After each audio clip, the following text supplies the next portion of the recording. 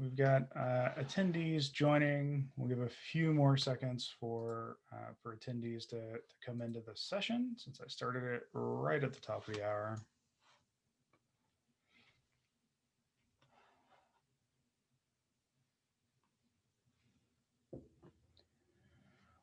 While we're getting folks in, I can introduce the session, kind of explain how this is going to go.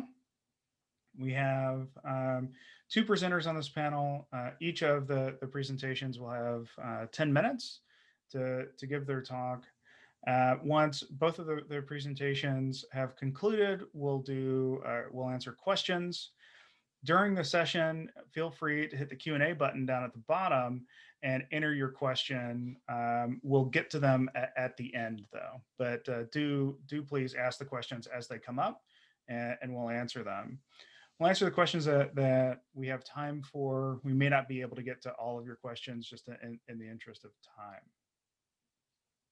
We are here at CrimCon Day 2, Stream 4.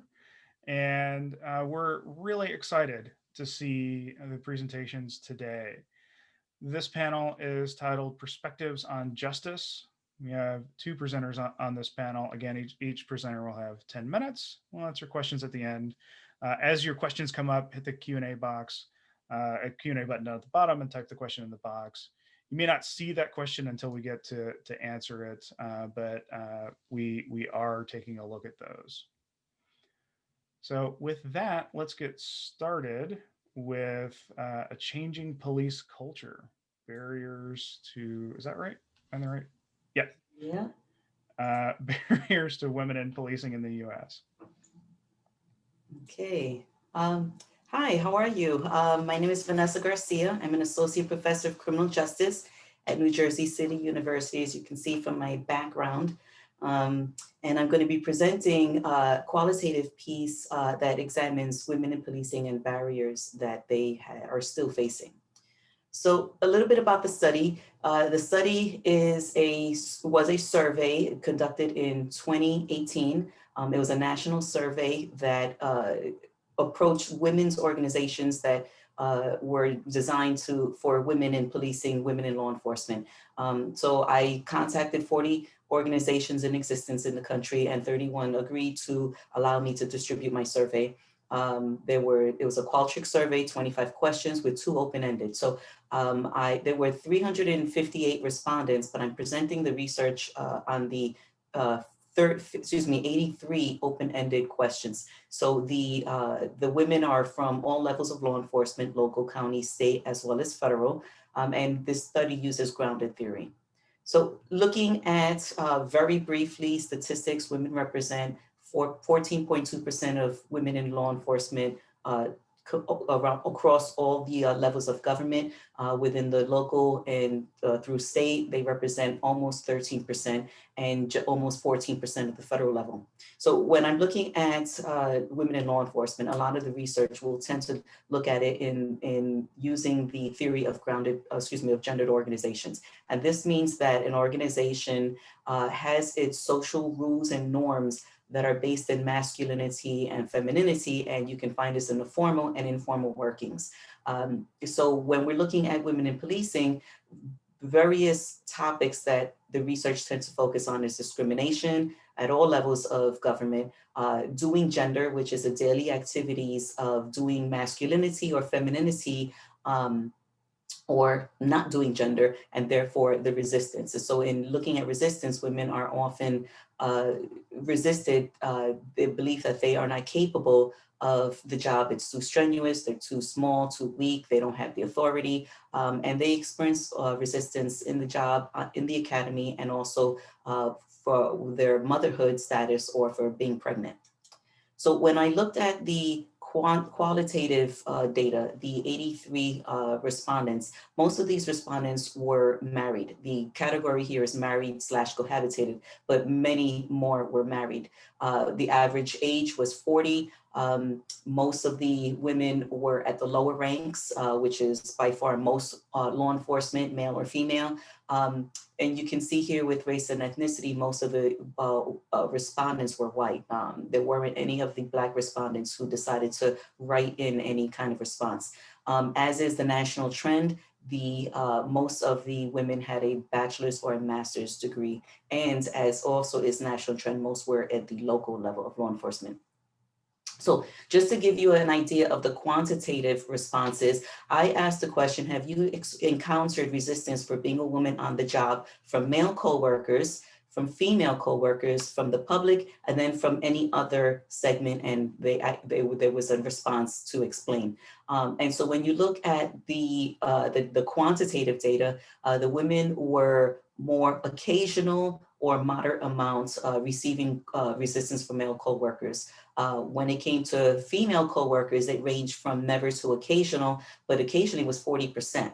The public, it was more at the lower end, never through occasionally, more likely in the rarely and the occasional resistance categories. And then when it came to other, most of them were occasional through never. But when they responded to the specific types of resistance in the other category, family resistance was common. 18 comments of family resistance. Family, 2 were husband, 1 was a family member who was in law enforcement. Friends was also a major, well, I wouldn't say major, but it was a factor of resistance. And one of those had written that the person that she was dating had resisted. But in much more of the cases, you'll find resistance is work resistance. Within the agency, you had male coworkers, male command staff, trainers, the boys club, and then you had a couple of comments. There were 4 female, either command staff coworkers or females with no children. And then also older command staff having resistance. 8 respondents mentioned that they received resistance from the outside while working, from other law enforcement agencies, from union reps, the dispatcher, and then from other professional organizations, professionals that they encountered while on the job. And only 8 responded to public resistance. And this was one mentioned foreign visitors, male business owners. One said young children, male public, female public. And then 3 mentioned that the civilians they encountered were hostile to them as women. So in using grounded theory, I found various themes within the data, and I'm reporting it here. So discrimination was the second largest theme, and there were 15 respondents who discussed discrimination issues, and there were 3 sub-themes that were overarching. One was formal equality and formal discrimination. And one woman wrote, our department's policies are fair, but promotions and special assignments are very much the good old boys club. Another woman, she wrote, I have worked 15 years as sworn and 21 years total and am still at the rank of deputy. I have been assigned over the sex offender division, yet they have not promoted my rank, whereas the males immediately get a rank and pay promotion anytime they are given a position such as CID, court services, etc. And this represented a sub-theme of equal work, but unequal pay and promotion, which you would think would be completely illegal in this day and age, but it's completely, it's still practiced. And then there was the issue, a lot of women talked about the old boys club with regards to discrimination. This participant talked about the big watch club. At the time in my organization, it was impossible for me to get ahead, obtain employee development, participate in special assignments, etc. Because as a female, I was not part of the boys club. We called this the big watch club. They treated the few women as equals on the ground, but promotions, etc., never went the way of women, ever. For years, I was the only supervisor who was a woman. And these 3 women have been on the job for 15 years, so they're seeing it throughout their time. Now, within discrimination, we had this sub-theme of promotion. As you can see, a job assignment and promotion was by far the most common issue of discrimination. But in this area of promotions, many of the women discussed the fact that they believed in their experience The promotion wasn't given to them for merit, that they deserved it. It was given to them because the organization had to show diversity. Women are still not given jobs because they deserve. They only given higher rank, and this is verbatim, because they need to show diversity. In my organization, they have never had more than 2 women hold rank at a time, and one is assigned over the administrative. And so here you can see, again, it's like that 67% of women who have civilian work, women are more likely to, in this one woman's opinion, being 27 years on the job, they're given administrative work. And the second comment, being a minority female officer, other officers think that the only reason why you get special assignments is because I'm a minority female, not because I earned it or deserved it, especially for white male officers. So you see the organization is making the women feel like they're just trying to fill the number for their diversity, and they feel the accusation that they didn't earn their degree. It's just because they are a minority. So another sub-theme was backlash for stepping out of their gender role expectations. They weren't doing gender, they weren't doing femininity and womanhood because they're doing a masculine job. And so some of the backlash what included comments of having their career sabotaged. One woman said, one deputy in my department has lied repeatedly and has dragged my name through the mud, and 2 other departments. And another one reported how a colleague had heard the chief talk to a trainer about how to get female officers off the force. And then there were a lot of comments of covert resistance. Male co-workers are allowed to speak derogatory about them as long as only the males can hear it. So this was a very common theme as well. Then there was the most common theme was of women fighting back against the backlash, against the discrimination. And one way, so a few women had gone through official channels. I was discriminated against based on my sex in a promotion process and filed an EEO complaint. Another one went through the channels and was very disappointed that nothing occurred. When I went to the commissioner, who is female and not a sworn law enforcement officer about this, she said she would not let the behavior continue and that she would handle it. She did not take any action to change the behavior of my male coworkers. It actually became worse. About 3.5 months later, she reassigned me to another area of the department and has virtually isolated me from everyone. And she goes on to talk about how everyone is seeing this, that people are very discouraged and disappointed, and that this is happening to more women. But there were a lot of comments of women fighting back. They work hard, they're tough, they have thick skin. They have to prove themselves, and in the case of feeling proud of it.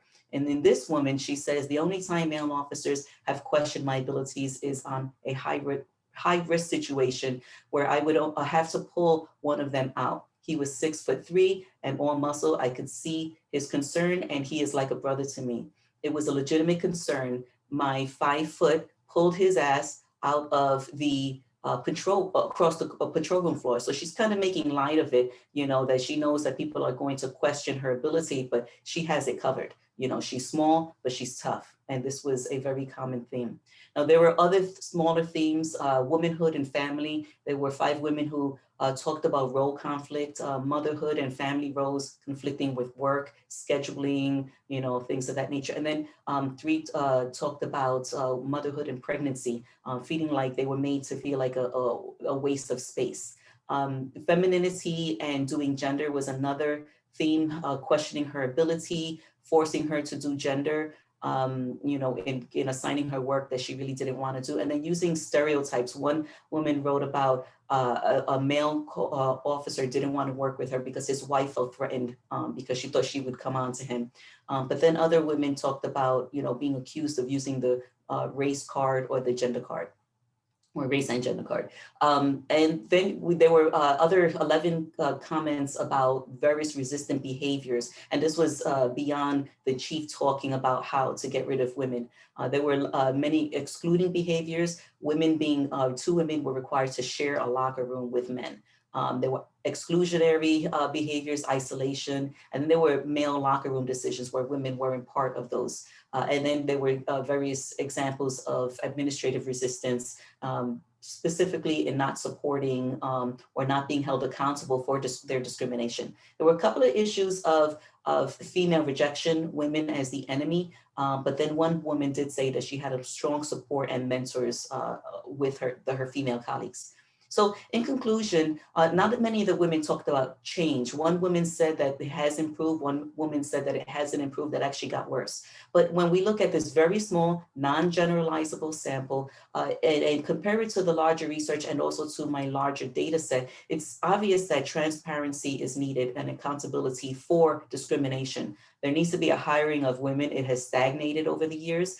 And this hopefully will change the police culture. And there needs to also be mentorship programs, especially where females are mentors. So there were limitations, a very high representation of white women, very small convenience sample. And I would have liked to ask more open-ended questions, but those tend not to be widely filled out in quantitative surveys. So here are my references. And I just want to say thanks to Criminology Consortium, and that's my email. Great. Thank you. Just a reminder while our next presenter is getting set up here, you can submit questions by clicking the Q&A button down at the bottom and typing your question into the box. We'll get to those questions after our panelists have presented. Next, we have racial disparities and exoneration processes and time spent on death row. So we'll get started there.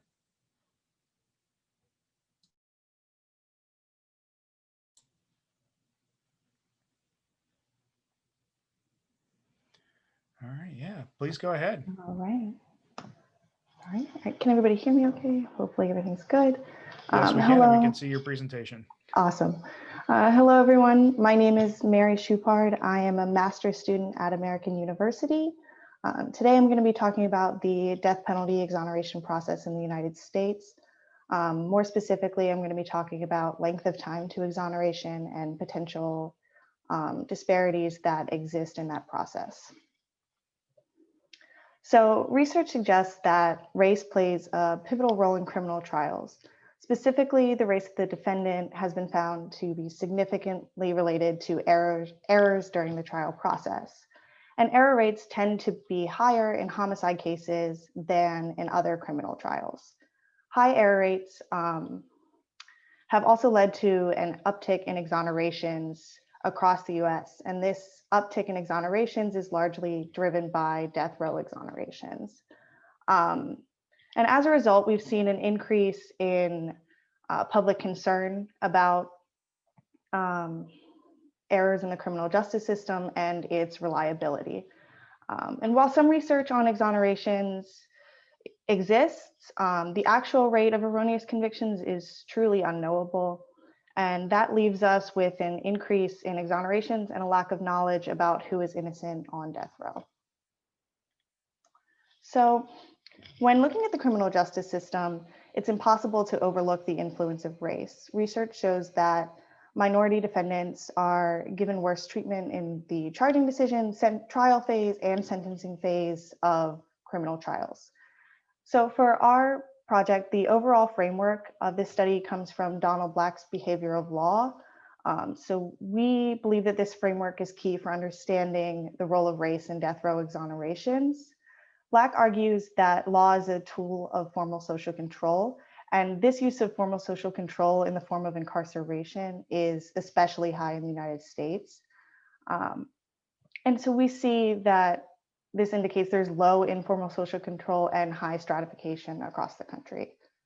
So based on the existing research and limited knowledge about death row exonerations, the main research question for this study was, does race and ethnicity play a significant role in the length of time exonerees spend on death row prior to exoneration? So from this question, we developed three main hypotheses. The first one being that Black exonerees will face longer stays on death row than their white counterparts. The second hypothesis is that Latino exonerees will face longer stays on death row than white exonerees. And the final hypothesis is that exonerees from other racial groups, which are non-white, they're not African-American, and are not Latino, face longer stays on death row than white exonerees.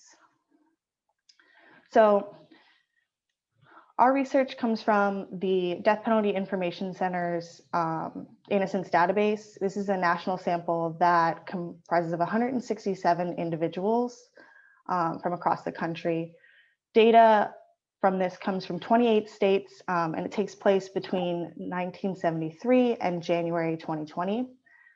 So as a result, for this project, we used an OLS regression with state fixed effects and year fixed effects. So our initial analyses found that among our sample, there's a difference in years to exoneration based on the race of the exoneree. So within our sample, white exonerees made up just over a third of our sample, and they spent an average of 9 years on death row prior to exoneration. Black exonerees made up just over half of the sample, and they spent about 14 years on death row prior to exoneration. Latino exonerees, which make up roughly 9% of the sample, spent just over 11 years on death row prior to exoneration. And those in the other race category spent the most time on death row prior to exoneration at around 16 years, but they only made up about 2% of our sample. So within our analyses, we also instituted a number of control variables. In addition to controlling for the state and year fixed effects, we also controlled for exoneration type and a host of reasons for exoneration. So exoneration procedure was broken down into 4 categories. They were either acquitted, there was an appellate acquittal, charges were dropped, or individuals were pardoned. And then there was also 7 reasons for exoneration within the data set. These included mistaken witness identification, false confessions, false or misleading evidence, perjury or false accusation, official misconduct, insufficient evidence, or inadequate legal defense. And then we also controlled for the number of victims in the case and the presence of DNA evidence. So within our, through our analyses, we found that time to exoneration varies between 1 and 43 years with a mean average of just over 12 years.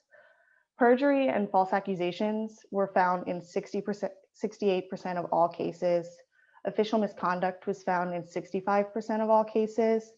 And then compared to white exonerees, Black exonerees spent an average of 4.6 more years on death row, even after controlling for all the variables. Those in the other race groups spent an average of 15.8 more years on death row, but it is important to note that that was a very small sample size. And so it's not very generalizable.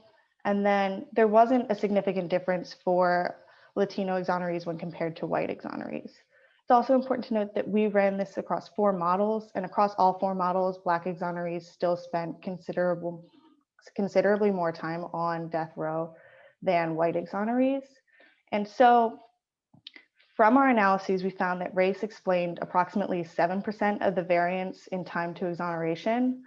And then our final model, which included all control variables and state and fixed effects, explained 64% of the variance from the dependent variable. So the results of our study suggest that a few key things. First, previous studies placed the average time to exoneration at roughly 9 years.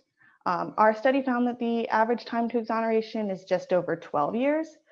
So this suggests that the time to exoneration is on the rise. Additionally, the prevalence of extra legal factors, including perjury and official misconduct, was particularly striking, and it suggests that these factors play a significant role in error rates in death penalty trials. And the results of the study also suggest that racial disparities do not end at the sentencing phase of a trial. Rather, these disparities continue into post-sentencing outcomes. And finally, the race of the exoneree has a significant impact on time to exoneration in death penalty cases. So we believe that our study has significant implications for both policy and future research. For policy, the outcomes of this study highlight the importance of funding for public defenders across the country. So inadequate funding can lead to inadequate legal defenses and an increase in trial errors. And we also see that these high rates of misconduct in these trials needs to be addressed. And finally, we believe that the focus of policy should be on reducing erroneous convictions as a whole, rather than trying to address the back end as much. And there's a breadth of research relating to charging, trial, and sentencing decisions. But when it comes to post-sentencing outcomes, the amount of research significantly drops off. So we think that additional research in post-sentencing outcomes is incredibly important, both to understand disparities in the exoneration process and the reasons behind these high error rates to begin with. So thank you all for your time today. And thank you, CrimCon, for hosting us. But please let me know if you have any questions. I've also included my email below if anyone would like to reach out with additional questions.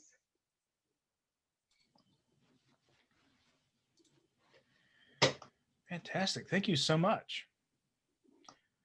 So we do have time for a few questions. Again, you can ask questions by clicking the Q&A button and typing your question in the box. We have, looks like a multi-part question here regarding barriers to women in policing. How might we effectively change the masculine and boys club culture? Let's start with that aspect, and we'll get to other aspects of the question in a sec. That's a great question. I've been doing research in women in policing for over 20 years, and I'm not convinced we're going to change it. I have a book coming out in March on women in policing around the world, and it's the same everywhere. And we in this country are not at the forefront of women in policing. So we do have a very long way to go, but you know, just looking at some of the interviews that I've been conducting in the last couple of weeks, the suggestion has been hire more women, and that's always been my suggestion. But there's also when it comes to change in the police organization, the comment that it starts at the top. For anything, it starts at the top, and so it's going to be very hard. You hire more women, they start at the bottom. Then you have the old boys club, the big watch club, keeping many women out of the field of higher administration. You know, that's really hard. I've had a lot of people tell me that younger officers are more accepting of diversity within the organization and within the community with de-escalation and such. So, you know, I think it's just, you know, more women in the field, more mentoring programs. There's only a little bit of research on that, and that's something that we really do need to increase. More mentoring, more support, encouragement to apply for promotions and such. Yeah, it seems like there's a role here for appointeds as well, right? That it has to start with the command level. So there's also a political issue there that especially now we should be able to have a, you know, command staff in police agencies that is as diverse as the communities they serve. Yes. So there's another aspect of that question. Given variation across regions and police departments, would overarching uniform changes be effective, or do we need specific changes for each of the 17 or 19,000, depending on how you count them, police departments throughout the U.S.?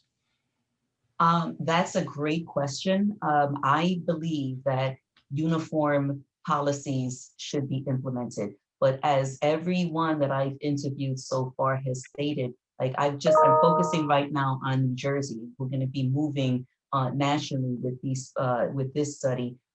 Everyone says there's no uniformity even within the states. Every police department, while they have state law that they have to follow, they do things very differently. So even if they're a civil service organization, the actual departmental policies are very different, and informal policies tend to, you know, they tweak the effectiveness of formal policies. So while I believe, and many officers believe that, well, some, that uniformity is very necessary to make changes, administrators, they say, are very much against it because that takes their power away.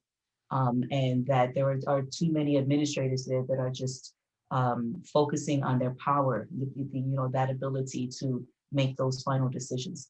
So yes, uniformity, certification for policing, but I don't see that happening. And the last element from this questioner, and again, I'll remind folks that you can ask questions by hitting the Q&A button down at the bottom and typing in your question.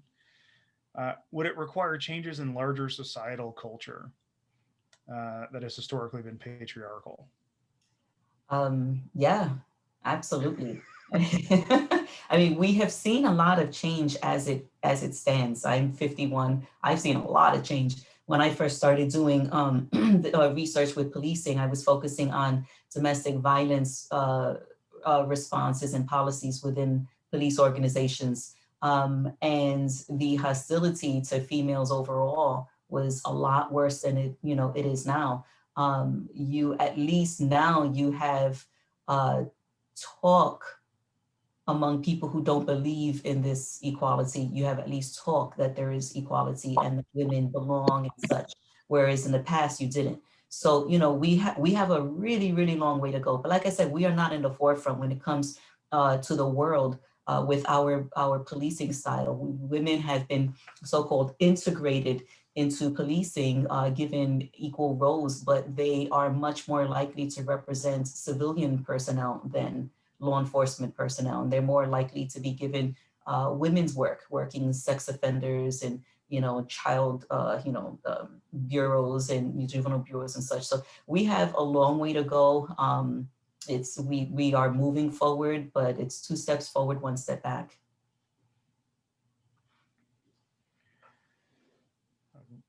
Last call for questions. I wonder if there are any parting comments from our panelists as we're winding this down. I think this has been a really important panel and a couple of topics that are really crucial in criminal justice.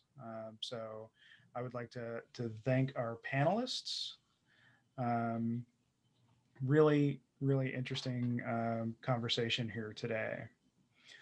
So not seeing further questions as I'm scanning through, not seeing further questions. We'll end this session. If folks are interested in seeing video from the session, we'll be posting that video to YouTube within the coming weeks. You can subscribe to our YouTube channel, just search for CrimCon, you'll find us. Or you can subscribe to our email list. If you go to crimcon.org and scroll down a bit, you'll find how to subscribe to our email list. For folks who are interested in seeing other sessions today, there are tons of sessions about criminology and criminal justice. Go to crimcon.org/program to see those. If you're hanging out in this stream to see the next session, do be aware that we are going to end this stream and then restart it for attendees at the top of the hour and for presenters a few minutes before that. Thank you so much. Troy, yes.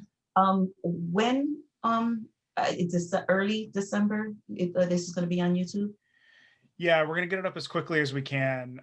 We've got 32 sessions a day across 3 days to get processed. But yeah, we do plan on getting it out there as quickly as we can. We're not making a lot of promises.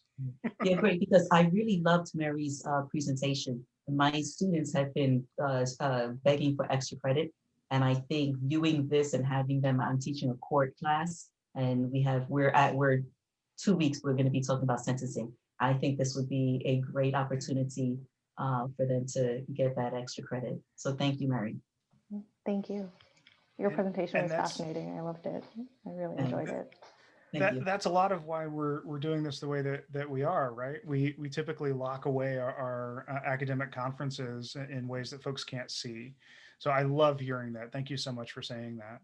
Absolutely. Thanks again to our panelists. We're going to end this session, and we really appreciate the work that you're doing. Thank you. Thank you. Thank you. Thanks.